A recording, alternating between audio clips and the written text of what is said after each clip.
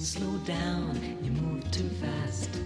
You got to make the morning last. Just kicking down the cobblestones, looking for fun and feeling groovy.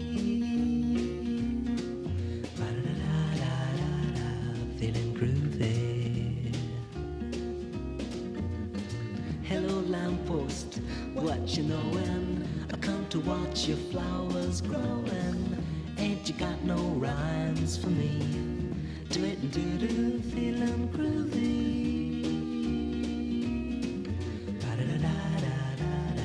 Feeling groovy.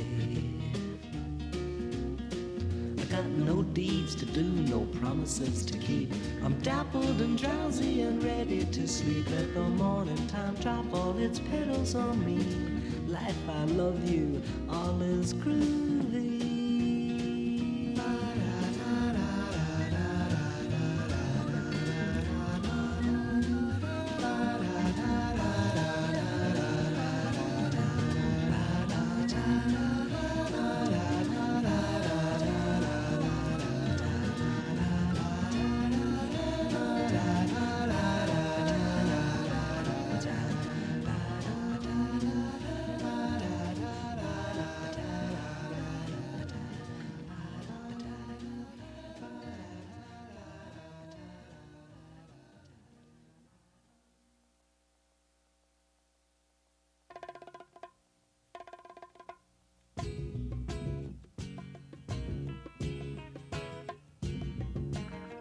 Said, brother,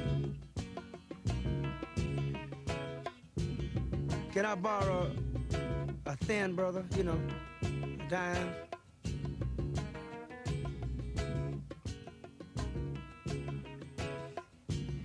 Say, sis. I sure would like to have this old dime for me so I can get this cup of coffee. Cut me a snack or something. I guess I better quit trying to be hip and get on down.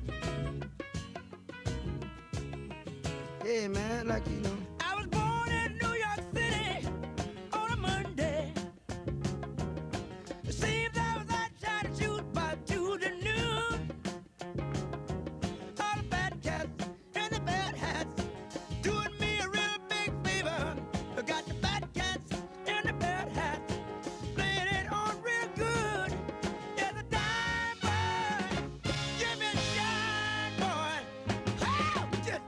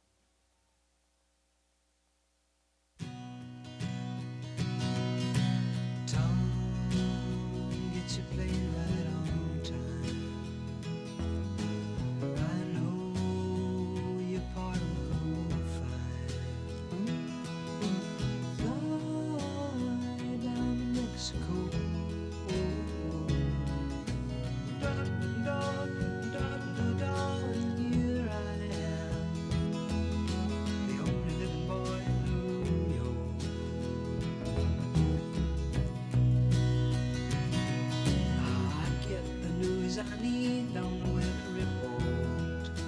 Oh, I can gather all the news I need on the weather report. Hey, I've got nothing to do today but smile and and here I am, the only living boy in New York.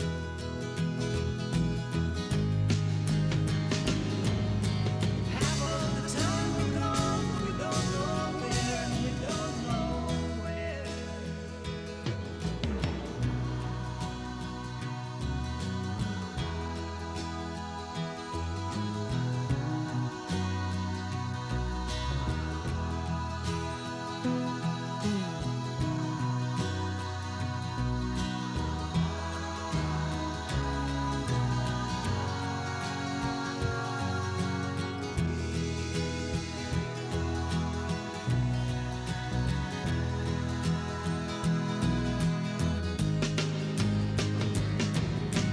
Half of the time we're gone, but we don't know where, and we don't know where. Time, get your plane round time. I know that you've been eager to fly now. Hey, let your honesty shine, shine, shine now. Lord, like it shines on me, the only living boy in New York, the only living boy in New York.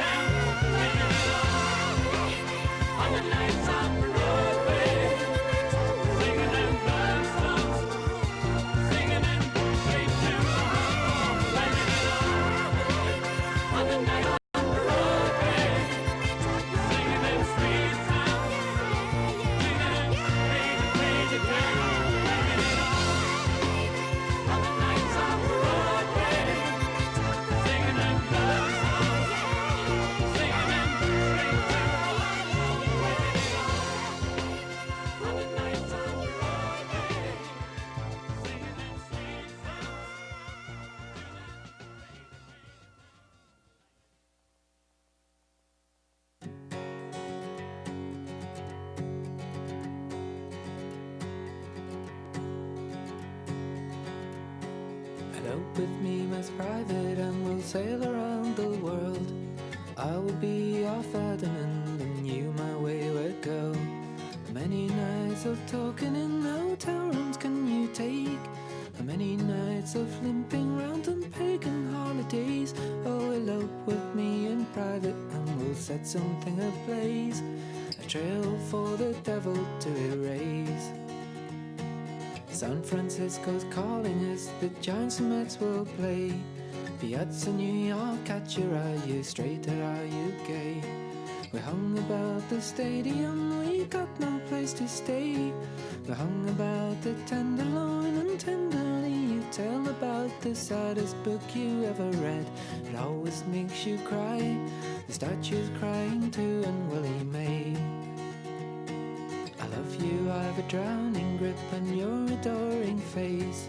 I love you, my responsibility has found a place beside you, and strong warnings in the guise of gentle words can wave upon me from the family wide and net absurd. You'll take care of her, I know it, you will do a better job, maybe, but not what she deserves. Elope with me as private and we'll drink ourselves awake. We'll taste the coffee houses and award certificates, a privy seal to keep the feel of 1960s style. We'll comment on the decor and we'll help the passerby, and at dusk when work is over we'll continue the debate in a borrowed bedroom, virginal and spare. The catcher hits for 318 and catches every day. The pitcher puts religion first and rests on holidays. He goes into cathedrals and lies prostrate on the floor. He knows the drink affects his speed, he's praying for a doorway back into the life he wants. And the confession of the bench, life outside a diamond is a wrench. I wish that you were here with me to pass the dull weekend. I know it wouldn't come to love my heroine pretend. A lady stepping from the song we love until this day. You settle for an epitaph like walk away, Renee. The sun upon the roof in winter will draw you out like a flower. Meet you at the statue in an hour. Meet you at the statue in an hour.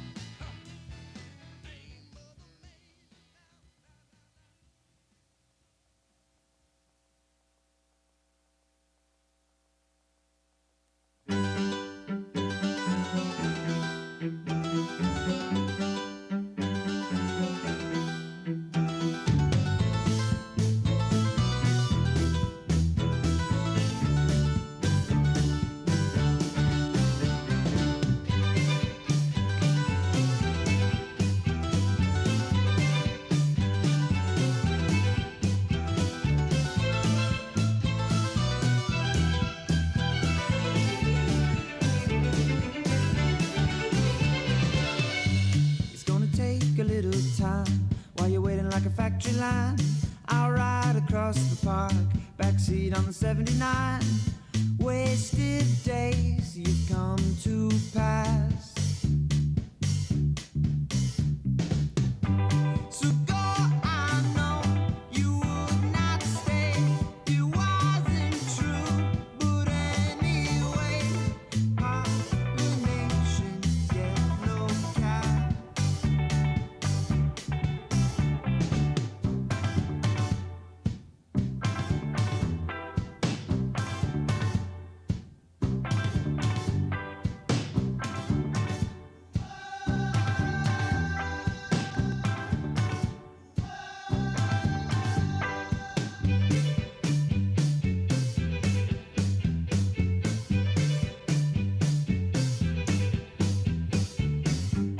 You walk up the stairs, see the French kids by the door. Up one more flight, see the boot on the second floor. Coronation rickshaw ride. So go, I know you would not stay. It wasn't true, but anyway, racist dreams you should not hide.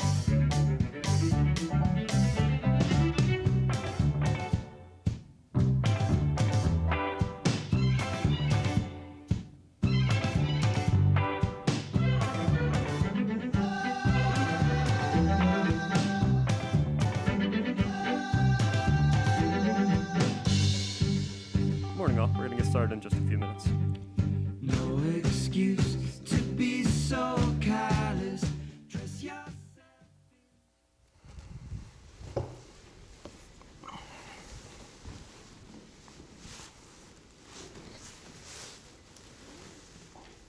Good morning, everybody. To say the least, there are so many families in this city that have suffered during the year 2020. So many families, so many kids who have gone through so much, and the trauma, the pain, the challenges, they still are having such a huge impact on our families and children. And the city of New York believes it's our responsibility to help those families, to help those kids. We believe that's what we're here for as public servants, to actually alleviate people's suffering and help them move forward. That's what the city believes. But the federal government is doing something very, very different. Just at the moment when we need help the most, just at the moment where our families are suffering the most, you would think this would be when the federal government would offer a helping hand the most. Remember Franklin Delano Roosevelt, our own New Yorker, the New Deal, when people were having the toughest time, the federal government stepped up, helped in unimaginable ways, helped people get out of that crisis. You want to believe your federal government is going to do the right thing for you and really try in every way to help us in everything we do for everyday New Yorkers. But we've experienced just the opposite. And I'm not just talking about the beginning of this crisis when there wasn't enough testing or when we couldn't get PPE from the federal government or any other things that we could go over.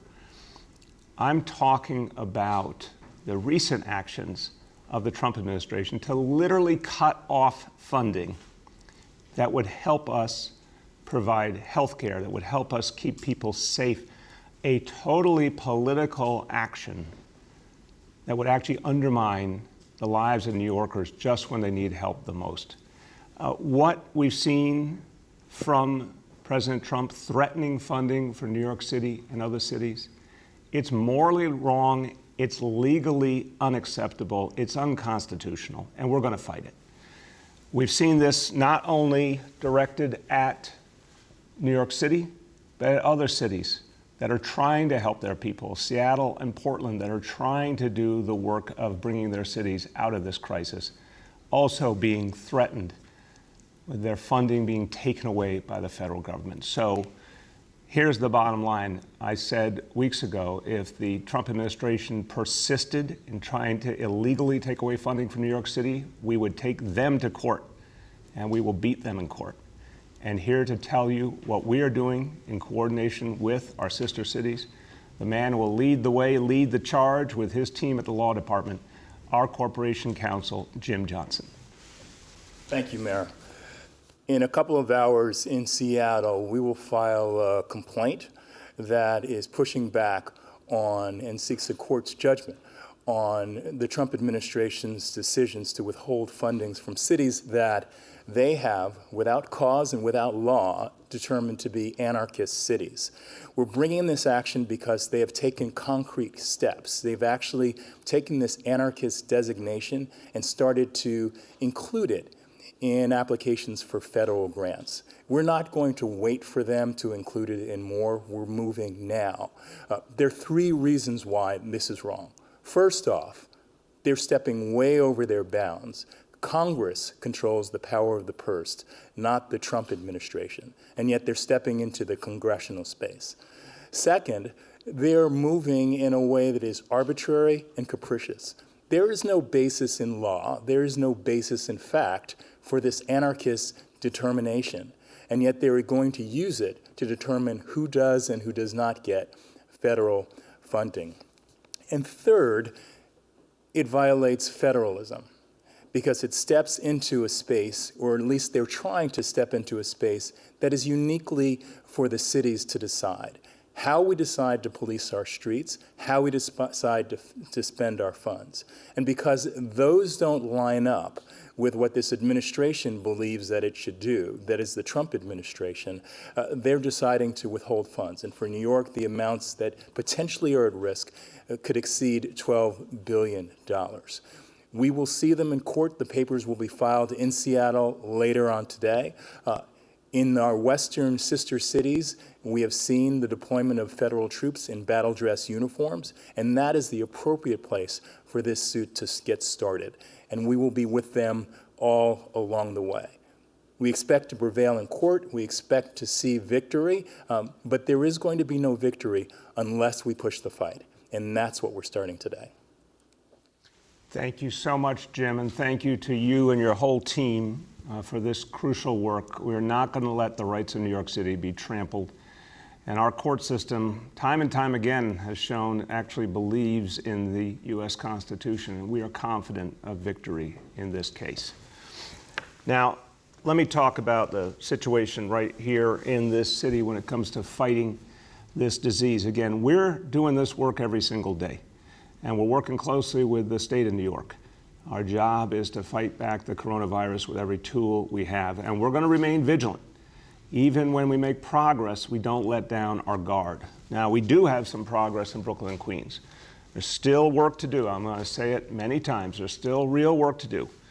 But the 2 weeks of restrictions in place had a big impact. And we saw people really changing their approach in a lot of ways that were really helpful. So again, we never, ever want to put restrictions in place unless we have to. But we had to, and in fact, they had the impact we needed. So we see significant progress in Queens, where all the Queens red and orange zones are now yellow zones by the state's standards. And that means as of today, businesses in those areas can reopen. Very important that those businesses can now reopen and get back to the work of earning their livelihoods and moving forward out of this crisis. It means indoor dining can resume with appropriate restrictions in those areas. It means houses of worship can increase their capacity to 50% in those yellow zone areas. And it means schools will be back with in-person classes on Monday. So that's good news all around. Now, we're always going to keep watching all over the city, and we'll keep working with the state to look for any areas that need additional work. We've seen some additional numbers in Ozone Park that led the state to put Ozone Park into the yellow zone. That means we'll get expanded outreach and testing into that area, and we'll keep a close eye. But overall, the situation in Queens, we've seen some really good progress. Now we got to consolidate that progress and keep moving forward as a city. Brooklyn. In Brooklyn, there's more work to be done. There is progress, but we still have work to be done. The red zone areas have remained stable. As I've said, I think it's going to take another week or two to get those areas out of that red zone status. Orange zone areas in Brooklyn are shifting to yellow, and yellow zone areas that previously existed remain unchanged. So progress in Brooklyn, but we need more. A lot of work, a lot of discipline needed to overcome the challenge. and to make sure we get out of the restrictions altogether. But to anyone out there who's frustrated, I don't blame anyone who's frustrated by restrictions, look at the fact that progress did come. It did come quickly in Queens, a lot of progress, some real progress in Brooklyn. Stick to it, and we overcome this quickly. Anyone who's got questions, obviously there are a lot of questions. You can go and use our online tool that will give you clear answers about what's happening in your area. That is one of the ways to get the information you need. And we want to make sure that anyone who needs further information about what addresses in each zone, that online tool can help you. Look, everyone, I want to thank everyone who's worked so hard to overcome the challenge in these zones. I've talked to a lot of folks affected. I know it's been tough, but I want to thank everyone. We've seen a lot of leadership. We've seen a lot of tremendous effort at the community level, folks banding together to overcome the challenge. Now, the coronavirus affects us physically, and we have seen we do not take this disease lightly at all. We understand the huge, devastating impact it can have. And we understand it as a physical challenge, but we've also come to understand the massive challenge, the mental health challenge that has come with the coronavirus crisis. It's been a painful education to see how difficult this has been for so many families in this city. We know that mental health is just as important as physical health, and we know that mental health challenges affect all ages, but our kids have been particularly vulnerable in this moment. Imagine if you're still trying to understand the world and then the world's turned upside down and you see all these painful challenges. We need to help our children, and we particularly need to help our children in the neighborhoods that have been hardest hit by COVID. So we formed a task force, leaders of color in city government in all agencies, the task force on racial inclusion and equity, with the goal of taking actions right now to address disparities, to reach the neighborhoods that have been hardest hit by COVID, to help everyone in 27 key neighborhoods in New York City. But there's a particular focus on children because we know how much kids have gone through. So today we're announcing a new plan to reach our children. So many kids, thank God, are back in school, and we can reach them better than ever and address their real mental health concerns. And here to tell you all about it, first we're going to turn to the co-chair of our task force, our First Lady, Charlene McCray. Thank you, Bill, and good morning to everyone. Before we talk about our young people, I want to acknowledge today as Go Purple Day, a part of Domestic Violence Awareness Month. It's a day we draw attention to the bravery and strength of survivors, but also the work we all must do to support them and stand by them. I encourage everyone listening to visit nyc.gov/nychope to learn how you can be a better ally to those who need them. And I want every survivor in our city to know there is always help and there is always hope. You know, one of the points I always make about mental health care is it works best when every individual plays a role, every individual and every agency, and we move beyond our silos and collaborate with each other. Today's announcement is an excellent example of how that is now happening with agencies coming together to support our young people. And I thank everyone at the Department of Education, the Department of Health, Health and Hospitals, the Mayor's Office of Thrive NYC, and the Mayor's Fund for their work and their compassion. I also thank our Task Force on Racial Inclusion and Equity for bringing all the pieces together to continue the fight for our communities hit hardest in this COVID-19 crisis. Last month, I visited PS 130 in Brooklyn with Chancellor Carranza, and I spoke with some of the second graders during their first week of school. We talked about what was different this year, like wearing a face covering in class, and we talked about some of the emotions that the children have. Some were happy, some were sad, some were nervous, and we also talked about their hopes for the new year. Every time I talk with our young people, I'm reminded that in New York City, we have the most exceptional and resilient young children in the world. But growing up is never easy. Our children carry more than book bags in the class. They carry insecurities about making friends. They carry trauma, anger, anxieties. And if we want our young people to grow into happy, healthy adults, school cannot be about academics alone. We need to support the whole child. And that's why we came in 6 years ago determined to make mental health a priority and wellness a priority in every school. We've made great progress. The Department of Education, Department of Health, and Thrive have significantly expanded mental health services in classrooms and communities. Last year, we took a major step forward by bringing social and emotional learning to every school so that students can learn to identify and regulate emotions and other skills that will help them throughout life.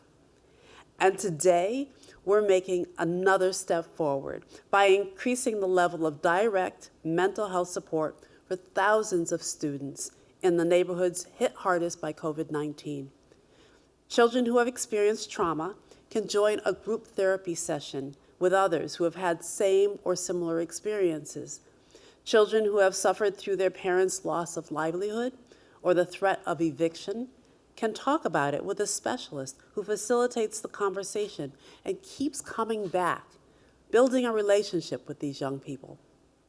And when a student has lost a mother, a father, or another loved one to this virus, they can be immediately referred by a teacher, a principal, or another school staffer for ongoing therapy and treatment. Someone will be there for these students as long as they need it. Think about what this means for our children, their parents or caregivers, the teachers, and the classroom to have that kind of emotional safety net during this difficult time. That is what today is all about, being there for our young people and supporting them in every way possible. Thank you. Thank you so much, Charlene, and thank you for being there for our young people, and also thank you for being there for survivors of domestic violence and standing up for them. Now, I want to hear you all to hear a little more about this important initiative in the schools, reaching our young people, really helping them through this crisis, helping them to realize their potential, again, no matter what's been thrown at them. And I want you to hear from a really energetic and creative leader at our Department of Education. She is our Deputy Chancellor for School, Climate, and Wellness. It's my pleasure to introduce Deputy Chancellor LaShawn Robinson. Thank you, Mr. Mayor and First Lady. I want to reiterate the sentiment shared by our First Lady regarding the tremendous challenge that our young people have faced over the last 7 to 8 months. Our children dealt with abrupt separation from their teachers and counselors, distance from their friends, various forms of loss in their families, and more. Now that our children have returned to school, we have an opportunity to help them heal emotionally as a crucial part of helping them fully engage with their education. We've always believed that our young people are resilient, but also know that they are carrying a tremendous burden, and we must do everything we can to provide them with care, love, and support as they deal with this trauma. We must also give them tools to understand what they are feeling and why. The initiatives announced today will provide students who attend schools within our hardest hit communities with high quality, easily accessible mental health care. This will provide schools with additional capacity to identify students who are struggling to heal and cope before they are in crisis, and respond quickly if a crisis does occur. Our educators are doing heroic work providing high-quality education and a new environment. These resources provide crucial backup to our educators and adds another caring adult ready to support our students. We have come so far as a city, and we know we have a long way to go. Thank you to the Mayor, First Lady, who's one of my personal champions and heroes, and to the Chancellor for putting the well-being of our young people first, always. By bringing together the incredible mental health and educational resources this city has to offer, we can continue to help our young people heal and thrive. Thank you so much, Deputy Chancellor. Everyone, look, if you wanted another reason why it was so important to reopen the largest school system in the country, you just heard it.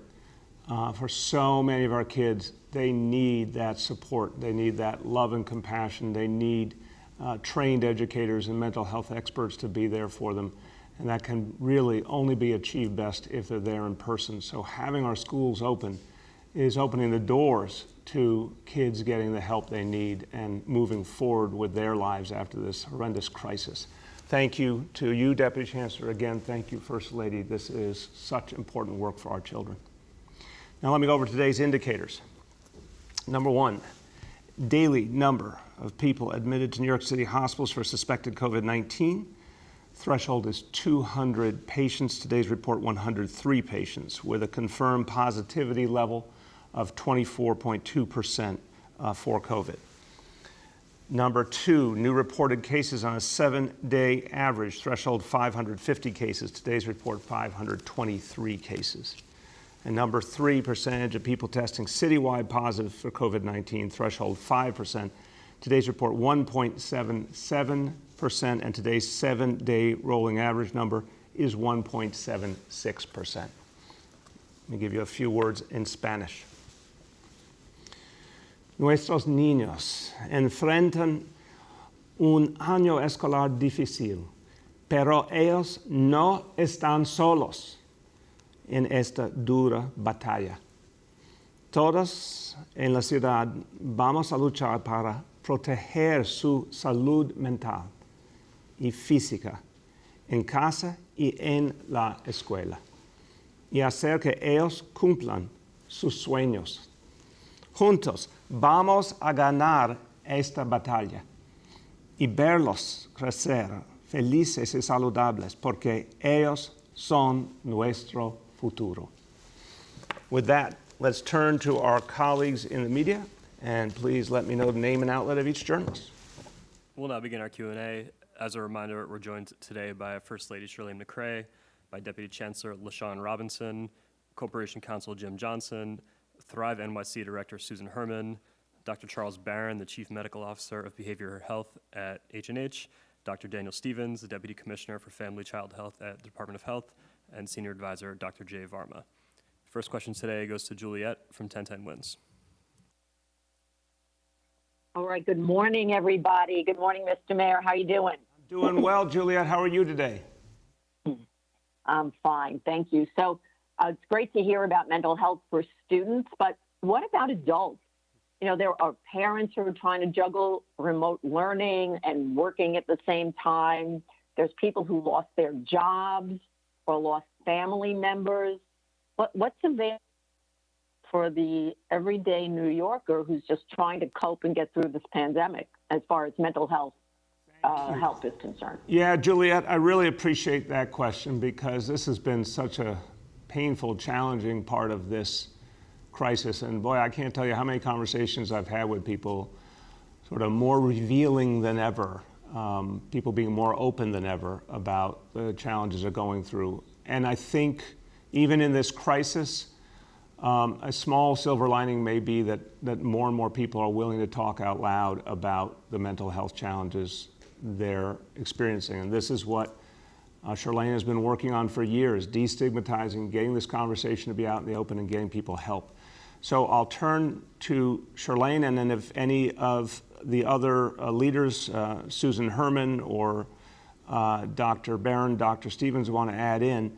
But I would say, you know, it all begins with 888 NYC Well as the entry point. And I'm sure Shirlene will talk about that. Go ahead. Yes, I can't emphasize 1-888-NYC Well enough. That line, that helpline is not just for crisis, it is for anyone who's going through a difficult time, or if they have a loved one who's going through a difficult time. Trained counselors answer that that line, and you can also text, and you can go online and chat and provide information. They provide counseling, brief counseling. They can connect people to a therapist or other mental health professional. It really is one-stop shopping. So I always advise anyone who's going through anything to start with 1-888-NYC-WELL. I would also remind you that in New York City, we now have guaranteed health care. And that means that anyone who doesn't have insurance, or anyone who doesn't have enough insurance can take advantage of NYC Care, which will also connect them to having a primary care doctor will also connect someone to a mental health professional. So there really are many places for people to turn. There are, and I think that NYC Well is the greatest place to start, because many people aren't aware of resources within their own neighborhoods. And the folks who answer those lines actually have the best resources to determine what someone can take advantage of the easiest and in an affordable way. You know, I really want to turn to Susan Herman. Susan Herman has been leading the Thrive initiative extraordinarily well. And when Susan took over as my senior advisor and as the director of the mayor's office for Thrive, no one knew a pandemic was coming. So she and her colleagues have been asked to do so much more than ever was originally imagined. And Susan, if you could tell us about, in answer to Juliet's question, you know, some of the things you think New Yorkers need to know about access to mental health care, and particularly the amount of calls and texts and everything coming into 888-NYC-WELL. We've obviously seen a real uptick. Could you speak to that, Susan? Thank you, Mr. Mayor. The First Lady said it well. I think it all begins with contacting NYC-WELL, but during the pandemic and this profound need that we have all observed, we've really tried hard to not just spread out the awareness of mental health resources. So you can call NYC-WELL, you can text, you can chat, you can also get on their website. And one of the things that we've seen is an enormous rise, a huge jump in the people that have looked at the NYC-WELL website just to get resources themselves. So you can access that information in a number of ways. But we're also trying hard to reach out to people in need. So we've had special campaigns to call veterans, by veterans mostly, and also by other New York volunteers. We've had special campaigns to reach out to seniors who may be experiencing much more loneliness and isolation than they were prior to the pandemic. And we know that that can lead to significant depression. While we reach out to people, we check on food insecurity, we check on housing insecurity, but we very much ask questions about their mental health and how they're doing. So we've reached out to about 15,000 veterans and hundreds of thousands of seniors across the city. We also, on our website, on the Thrive NYC website, have resources broken down by categories of people. So you can look on the website and see mental health resources for students, people who have been involved in the criminal justice process, veterans, older New Yorkers. We have something for everybody and something just for things for all New Yorkers. So there's plenty of resources there. Certainly, we'd like to have more, but we are trying as much as possible to get the information out to all New Yorkers. Thank you, Susan. And we really want to emphasize so many of these resources are free. You know, it's just really important to say, of course, 888-NYC-WELL is free. As Charlene pointed out, guaranteed health care for all New Yorkers who need it through health and hospitals. If people can't afford anything, then the care is free. Do not think that mental health services come with extraordinary costs. We provide so much of this free, obviously for our children, for free. So anyone who needs help should not hesitate. Let me just see quickly if Dr. Barron or Dr. Stevens want to add anything. Can you hear me? You may be on mute if anyone of you is speaking. Dr. Barron, Dr. Stevens, you want to add? I don't think we're hearing them. Okay, we'll give them another shot around if we have another question. Go ahead, Juliet. So I guess I'd also like to ask you how you're dealing with mental health for yourself. I saw an account where you take a couple of walks during the day. Is that like to clear your head, or how are you dealing? Thank you for asking, Juliet. I think it's really good. You're a good person, and I know you asked that in a good spirit, and everyone should ask each other. One of the things Charlene talks about is just asking people, how are you feeling? How are you doing? It really helps. For me, yeah, walking is very calming, and a lot of times when I'm dealing with complicated decisions, I actually prefer to walk during a conference call.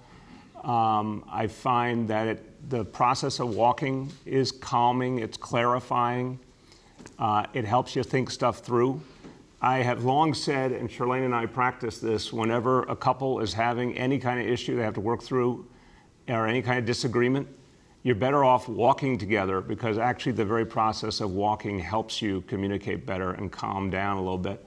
So, yeah, it helps a lot. But it's been tough, Juliet, especially in the beginning months for all of us. I mean, it was so many unknowns. I gotta say, that was in many ways the worst part of this crisis, was that, you know, we were trying to fight back and trying to save people, and a lot of times we did not have the knowledge that we needed to have, nor did the whole medical community have the knowledge they wished they had. We didn't have the resources we needed. It was really painful. And of course that affects you humanly. When you feel that, you know, there's so many unanswered questions, it affects everything. It affects your emotional well-being, but you have to keep going. And so, you know, we all find our way to just stay focused. I find a good walk goes a long way. The next is Henry from Bloomberg. Hello, Mr. Mayor. How are you doing today? Doing well. Thank you for asking as well, Henry. How are you doing? I'm doing well. I also don't begrudge you taking walks to clear your head and deal with all the stuff you've got to deal with. But let me get to my questions. My first question has to do with this legal action that you're taking. Am I correct in assuming that no denial of funds has occurred yet? And can you give me a little bit more detail about what these concrete steps are that have that you say have forced your hand to initiate this legal action? Yeah, Henry, I'll start and I'll turn to our corporation counsel. As with many of the politicized threats of the Trump administration, a lot of times you see, you know, a lot of threats that don't amount to a whole lot. And we have seen it over and over again. I remind you, there was one point where they said there'd be massive ICE raids. They didn't happen. There was one point where they said they'd send in federal troops or federal officers. That didn't happen. They said they would take away our funding because we didn't ask the documentation status of immigrants. That funding wasn't taken away. This has happened over and over again. Sometimes it's just a threat for the president's political gain, and then they move on to something else. Sometimes they actually try to follow through, as was true with the immigration executive order, and they're stopped in court. And that's the case here, that we fundamentally believe if they take any more tangible actions that the court system will stop them. But as a layman, I'll say, before turning to an actual lawyer, that we did see them taking more and more moves that might have had an impact on funding, and that was the appropriate trigger for legal action. Go ahead, Jim. Thank you, Mayor. So the steps that they took include these. First, the president actually issued a memorandum, which we call the anarchist memo. Second, the Attorney General engaged in an actual designation process for 3 cities, the 3 cities that are suing, Portland, Seattle, and us in New York. And third, one of the agencies is actually embedded in its notice of funding opportunity a requirement that a city, essentially, that is a city that is designated an anarchist city, would not be eligible for that funding opportunity. As I mentioned before, we're not going to wait additional times for them to embed this provision in any other grants or any other opportunities for the city. We need the funds. We don't want to see them threatened any further, and we're acting now rather than waiting till they move further down the track. Thank you, Jim. Go ahead, Henry. Well, I had other questions, but I've got to follow up on this. The anarchist designation, is this a legal term in any kind of congressional legislation or any kind of federal law, or is this something that they have made up out of whole cloth? They have entirely made it up. Look, this is a figment of Donald Trump's troubled imagination. The only anarchy in this country is coming from the White House. And it's not anything we've seen from any Democratic or Republican administration ever before, and it's madness. I was driving around the city yesterday and looking at all of the incredible activity in this city and people coming back and people working and people, outdoor dining and everything else. And I was thinking of the president calling this place a ghost town when in fact this is a vibrant city, rebounding from a horrible crisis. This president just makes things up. So this is a city that is strong and is moving forward. Those words are his words just to create political gain. He uses the government for political gain in a disgusting fashion. But to the legality of him using that phrase, I think our Corporation Counsel can quickly make clear how little it means. Go ahead. Henry, you were absolutely right to say that it's made up out of whole cloth. As we say in our complaint, this is a fabrication. There's no statutory basis for it. There's clearly no constitutional basis for it. And a court will say that it should make really short work of this and reject the characterization and the consequences that come from it. Thank you. Go ahead. The next is James Ford from PICS. Good to see you all. Thanks for taking my call. Follow-up about the legal case. Potentially, the Trump administration only has a matter of weeks left in it. What is certainly you can't assume that this administration is ending. I do understand that. But why this timing? Why are you filing it now? And who is the lead city of the three, if there is one? Go ahead, Jim. It's being filed in Seattle, but we were all co-plaintiffs in the action. And in terms of timing, it was just 2 weeks ago that they took the concrete step that I referenced, which is the notice of funding opportunity, indicating that they're serious. And the administration actually will go to January 19th or noon on January 20th.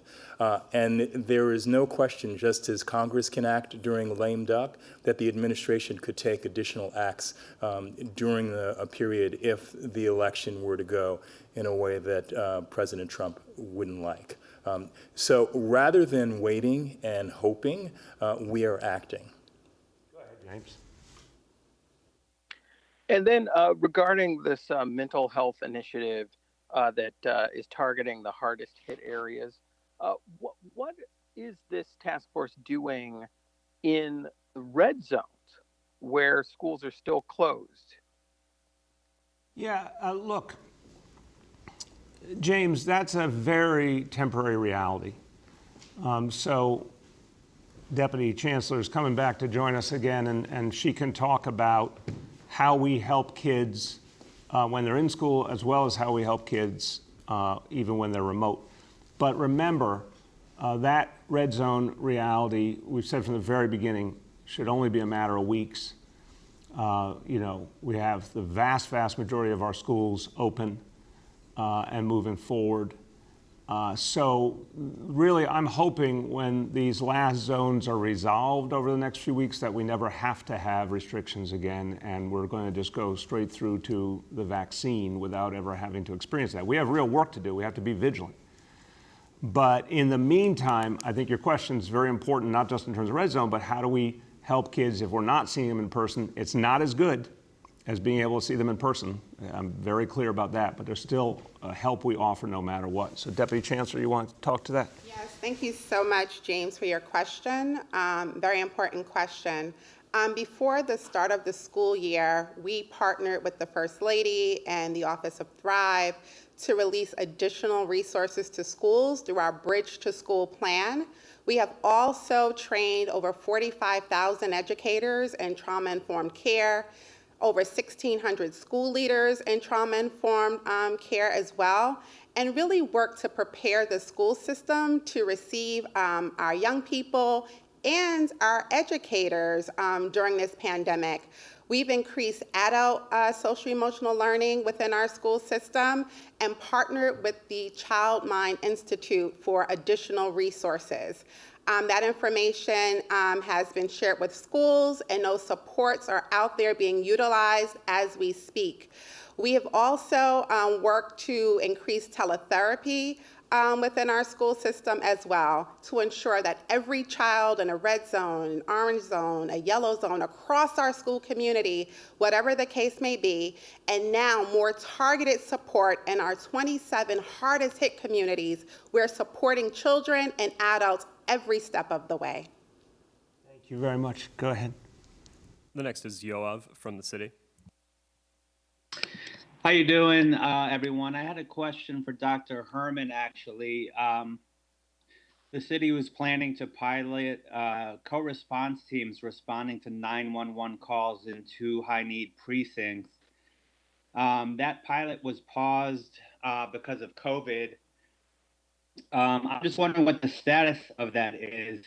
San Francisco is also dealing with coronavirus, but they just implemented, or they're launching a huge initiative to have firefighters and other workers who are unarmed respond to calls for people in mental health crisis. So even though they're dealing with the same coronavirus crisis, they're able to launch this huge initiative. My question is, respectfully, why isn't New York City able to launch that pilot in 2 precincts? Let me start and then turn to Susan. Look, first of all, tremendous respect for San Francisco and the way they've handled this crisis, and Mayor London Breed has done a great job. But very, very different reality there, very different scale, very different experience with the size and extent of the crisis. So, you know, what we were dealing with over months and months caused us to have to pause a lot of good things that we wanted to do. But I'll simply say it this way, we're re-engaging that issue right now, and we're going to have more to say on that for sure soon. Susan, you want to add?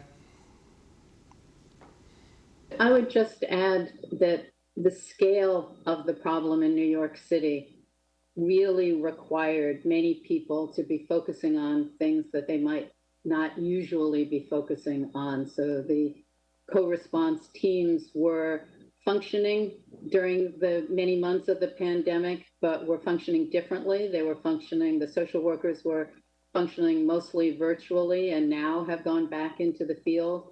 Officers, many of them were redeployed now, have been coming back onto the co-response teams. And as the mayor said, we are actively looking at that pilot and many ways of serving people when they have great need.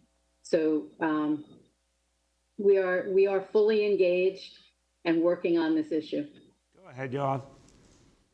Okay, thanks. Switching gears, I understand that NYCHA discovered there were children under 6 living in 6,000 more apartments that likely have lead paint, far higher than the 3,000 that you ordered fixed 2 years ago. I'm just wondering how you feel about this apparent discovery and what you're planning to do about it. First of all, I'm just getting this information now in the course of this gathering, and apparently it's coming from the Federal Monitor, and we have to see that information and analyze it. Look, I'm concerned that we have to reach every single child, every single family. We have to eradicate lead paint poisoning in New York City. I want to be really clear. We have a Vision Zero approach. In the past, some really important reforms were taken in this city, and then some missteps happened for sure over multiple administrations. But in the end, what's important now is we have the clearest plan the city has ever had, and is a plan to literally eliminate lead paint poisoning once and for all. It can be done, it must be done. We're seeing many, many fewer cases, steady decrease. We put out the information quarterly and there's been a steady decrease. But if there's anything where we gotta double back and go farther, we will. Also really important, Yoav, that a great work being done at NYCHA to determine apartments that do not have lead and never had lead and do not need constant inspection and work. That's that XRF assessment that's being done. That is going to change the situation profoundly. We're already hearing of tens of thousands of apartments that are now cleared forever, and that's going to allow us to concentrate our resources. But we will follow up immediately on this federal monitor report and get down to the bottom of what's happening, and we will act on it immediately. The next is Bob Hennelly from the Chief Leader. Good morning, Mr. Mayor. Yesterday, you went into some detail about what you're doing to prepare for the distribution of a COVID vaccine, and you mentioned that essential workers, first responders, and healthcare professionals will be part of the first phase of the vaccine's deployment. While no vaccine has been identified, I can't help but feel that we're not addressing a very basic issue surrounding what's at stake for first responders and healthcare professionals, who would in essence be, basically guinea pigs for a vaccine produced in what, quite frankly, has been a process corrupted by President Trump's machinations. Could you comment on how you think workers are going to feel about this, and then also have your corporate counsel, Mr. Johnson, comment on how we'd be entering a new phase here where would the city of New York compel first responders to take this vaccine? Okay, we'll get Jim to come up. Let me start. We'll start with Dr. Varma as well. First of all, no, we've made really clear that we are not going to accept a vaccine unless it is thoroughly vetted by the medical community. So, Bob, I know you a long time, and I know you used a phrase there that was a little bit provocative. We're not going to treat anybody as anything less than valued public servants. We're not going to do something unless we're 100% sure. So that means the state and the city together are going to be vetting any vaccine to make sure we're 100% clear. If we're not 100% clear, we're not going to give it to anybody. We obviously need to make sure that once we have a truly effective vaccine, that it's as widely utilized as possible. And I believe the vast majority of people and the vast majority of public servants are going to want a vaccine to protect themselves and their families.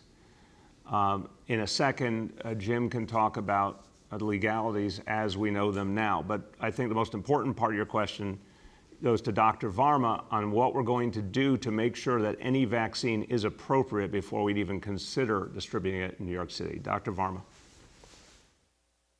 Great, thank you for the question. And, I'll start by saying we absolutely understand the concerns that people have. There's been obviously a lot of discussion about this process and ensuring that it's not just done quickly, which is sort of the Operation Warp Speed terminology, but that in fact, whatever vaccine that becomes available must be safe and it must be effective.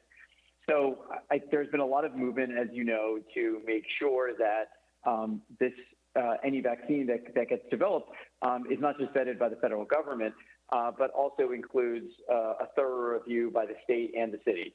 The governor has announced a task force of experts. We on our health leadership team here have also been planning on how we're going to review and evaluate that information. And so we feel strongly that we would not incorporate any vaccine into our health and safety measures until we feel confident that it's something we would use ourselves, we would use on our families, and that we would, of course, use on our most valued civil servants, who are healthcare workers and our first responders. Yeah, and I would say, obviously, Bob, when we get to that point, if we truly believe in it, a number of us will lead the way and take it to show people that when we're advising it, it's something we truly would do ourselves. We will actually do that ourselves. Go ahead, Corporation Counsel.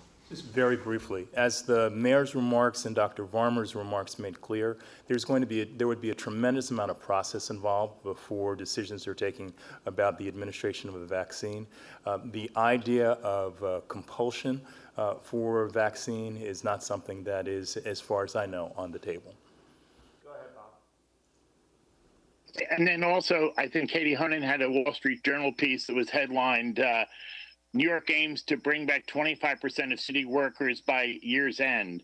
I would like to know if you could give us a sense of the concrete criteria that goes into this determination, if that's accurate, and then moreover, what role do you see the city's public unions playing in helping you through this process to guide them so their members feel comfortable with taking this step? Yeah, of course, Bob, we work closely with so many of our municipal unions on these issues all the time. We have not made a final determination. We need to continue to consolidate the progress that we've seen in Brooklyn and Queens, and we need to continue to drive down our numbers citywide. But we do want to start to bring back city workers before too long, and we would do it in phases. I think the fact is that there's important work to be done, and it's important for the city to move forward, to have people start to come back. But we're going to do that in a way that we're convinced is safe, and only do that when we're convinced it's safe. The next is Abu from Bangla Pratika. Hello, Mayor. How are you? I'm doing well, Abu. How are you? Good. Thank you so much. I would like to ask you about a question which is regarding the children mental issue, because I found, and we are receiving a lot of phone calls from the parents, that the student, school student, who are spending a long time, they are staying in the home, that they are suffering by mental anxiety and other stuff. So what is your program to help the kids who are living since March in the home and they don't have that much space to play in the home, they don't have that much space to go out? So do you have any suggestion, or do you have any program, or do you have anything you can say about the parents who are suffering that kind of anxiety with their kids? Yes, Abu, I'm going to start and then turn to our Deputy Chancellor. Look, the best thing we can do for our children is fight back this disease, lower the level of infection in New York City, so we can go farther and farther in terms of getting kids back into school settings. That should be a mission for all of us. Every time we do the right thing, wear a mask, practice social distancing, all those basics, we are speeding up the day when we can do more and more for our children. The second point is that parents are going to have an opportunity in the coming weeks to opt in to in-person learning, to blended learning. And I've talked to a number of parents who are interested in the chance to get their kids to school, but they wanted to see how the beginning of the school year went.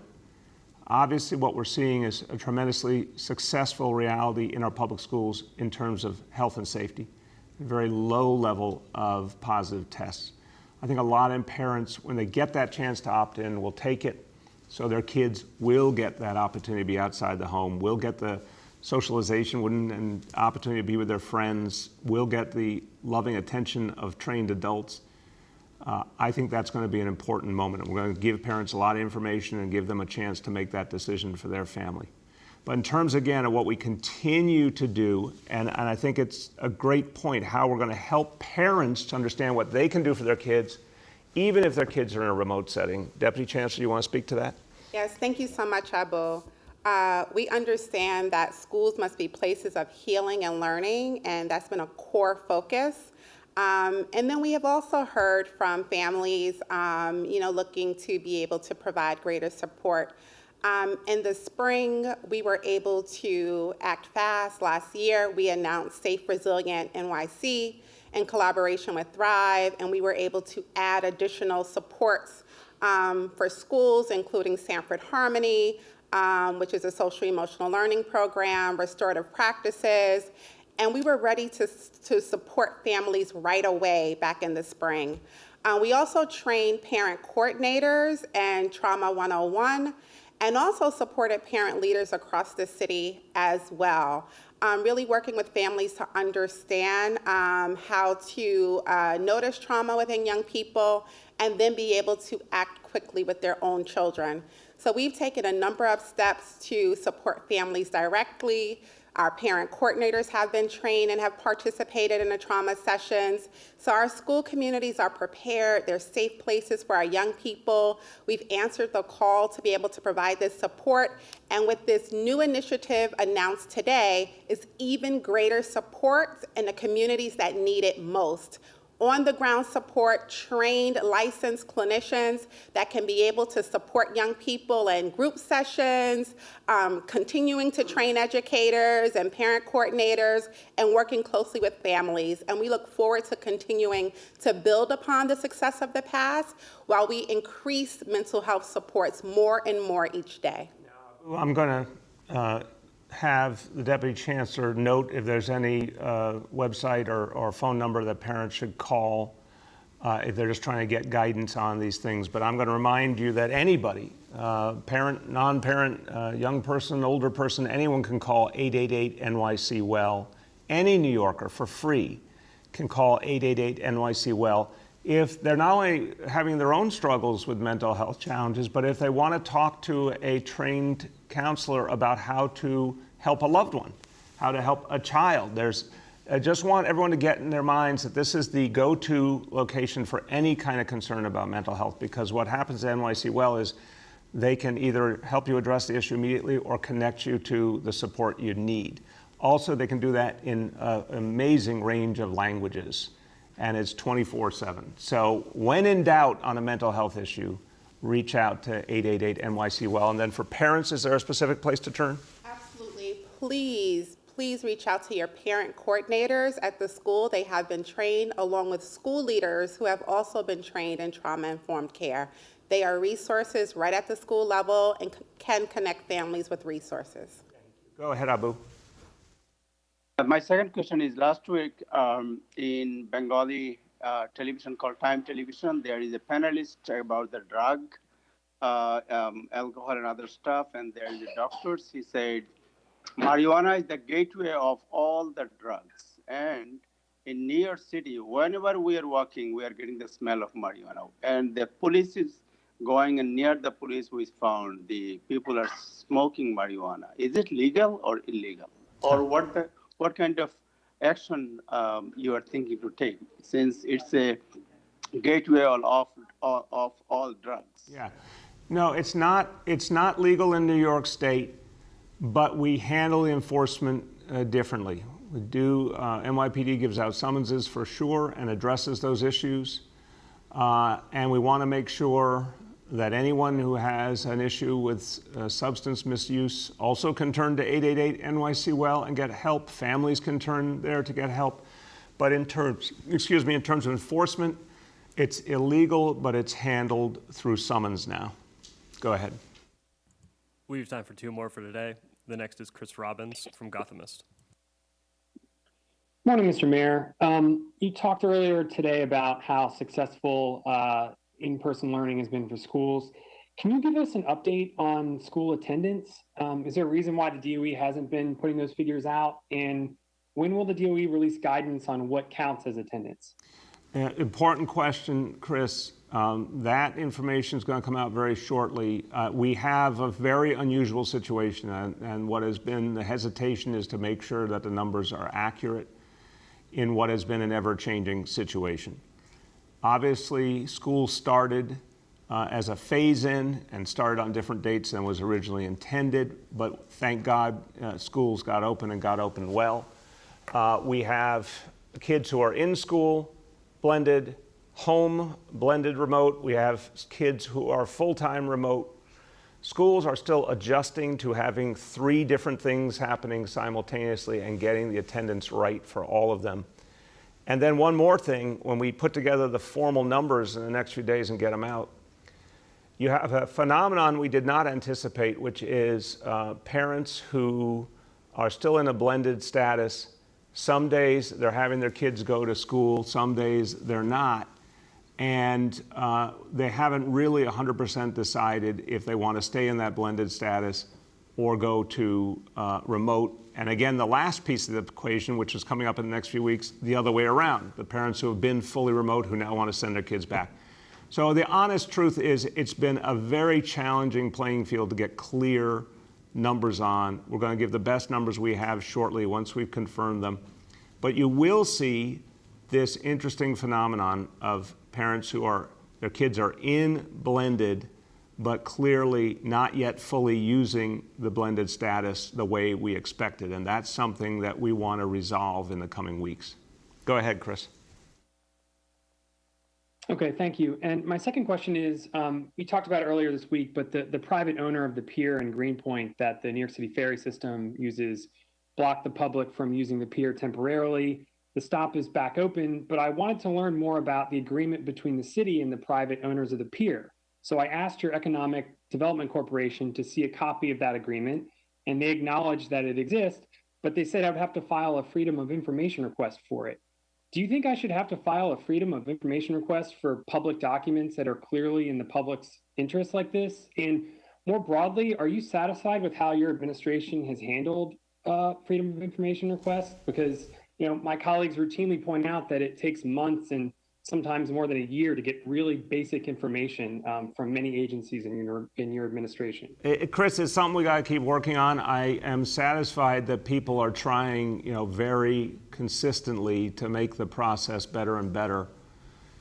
And the whole thing with the Freedom of Information Act is it acknowledges that each document has to be reviewed legally, because it's not as simple as saying, anything and everything can be released. There are confidentiality issues. There's a lot of issues that have to be taken into account.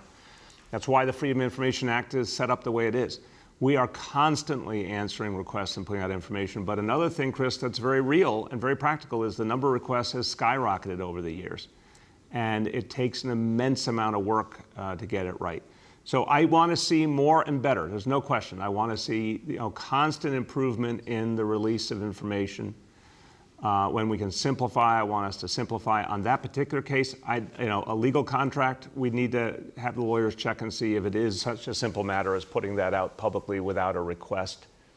But the good news is that issue got resolved that same day.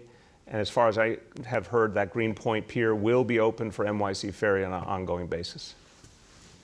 Last question for today goes to Emma from the New York Times. Hi, good morning. I was wondering if you could give more specificity, Mr. Johnson, about the $12 billion list of things that the city could lose. Other outlets have reported it could be mental health counseling for elderly New Yorkers, transit funding, health sensors for COVID patients. What are we looking at here? There's the $12 billion encompasses a full range of needs of the city. That includes grants from HHS. It includes grants that actually go to law enforcement. It includes grants that would go to transit. So it's a large number, and particularly when you consider that our operating budget is about $97 billion, $12 billion covers a tremendous amount. Go ahead, Emma. Okay, thanks. And in terms of what prompted this, was it the transit funding? You said something happened 2 weeks ago. Was it this idea that we could not apply for transit grants?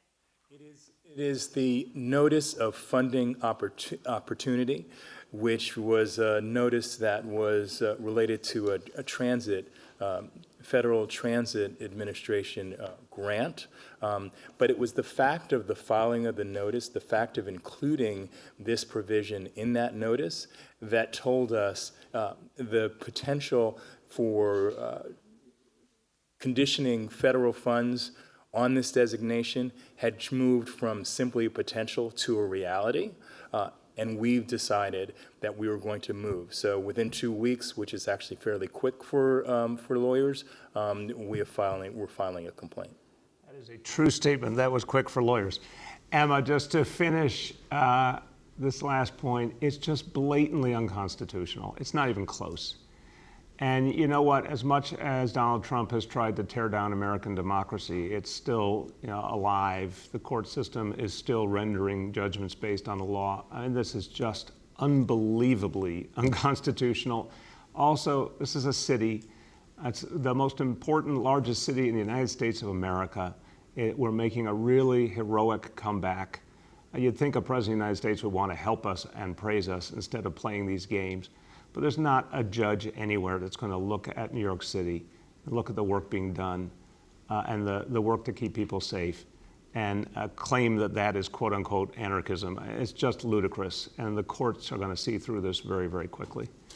As we close, everyone, look, here's the thing. It is a heroic city. I've talked about this a lot. You know, we're in the middle of this crisis now. We're going to look back years from now and just think about the pure heroism of New Yorkers, how they fought through this crisis. And we shouldn't just think about our healthcare workers or our first responders. We should praise them always, but we should think about everyday New Yorkers. We should think about parents and kids who've been through so much and really, really found a way to keep going. We should think about our educators and our school staff and our mental health professionals who have been there to support our kids and families. The important thing to remember is children need to know that it's going to be all right. Whether they're a little kid or whether they're an adolescent, they need that reassurance from adults that it's going to be all right. And that's our job, all of us. We're all, in a sense, the role models and the big brothers and sisters for all the children of New York City. Let's show them that we can get them to a better place and that we cherish them. And let's show them that it will be all right. And I firmly believe the city will come back. And our children, who are always our future, are going to be part of that heroic comeback in New York City. Thank you, everyone.